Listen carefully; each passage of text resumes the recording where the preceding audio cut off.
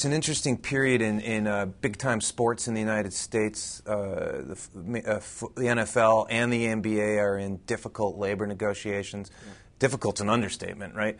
Major League Baseball also has a contract expiring. How will that go? I think that will go well. The Major League Baseball's Labor Policy Committee has been working for months on this. The discussions, I think, have been constructive so far. There's a new leader of the Players' Union. The Baseball Players' Union is in a much stronger position vis-a-vis the so-called owners of the teams than are their opposite numbers in the other big sport. Why is that? It's historical, I think. It goes to the free agency decisions made years ago and the fact that they've been very well managed over time. So the players, I think, baseball players have less ground to gain than do their opposite numbers in football or basketball in terms of compensation and those considerations. So my guess is that this thing will resolve itself. Bud Selig and Rob Manfred at Major League Baseball are seasoned veterans in these matters, and I think there will be some changes made for the better of the game. But I think, by and large, it will not be as contentious as football or basketball has become. You implied that you're less concerned that there's going to be a problem with Major League Baseball because there's a smaller gap between where players are and perhaps where they'd like to be in baseball as there is in basketball and football. Is that right?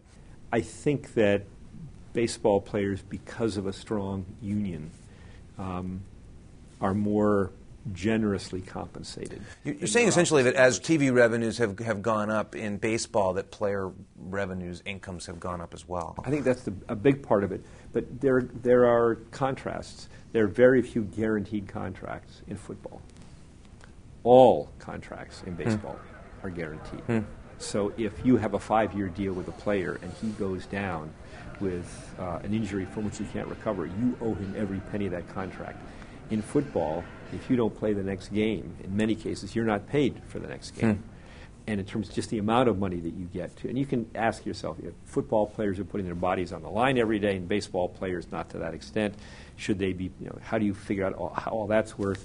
You have to look at what kind of revenue they generate from their athletic prowess. But I think, generally speaking, Players Union has been more effective, more aggressive in baseball, and I think that baseball players are, it's all relative. I think they're more content with their compensation amounts and the schemes, the guaranteed aspects of it, than are their colleagues in football or basketball. And negotiations begin in earnest when? When the World Series ends? There are already discussions underway.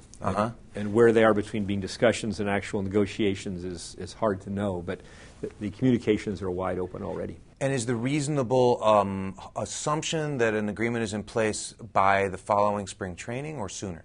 No, I think the hope would be to try to get a new agreement signed before the end of the year. Before the end of the calendar year? Yes, and maybe even earlier than that. Maybe with some good hard work, maybe get it done before the season's over.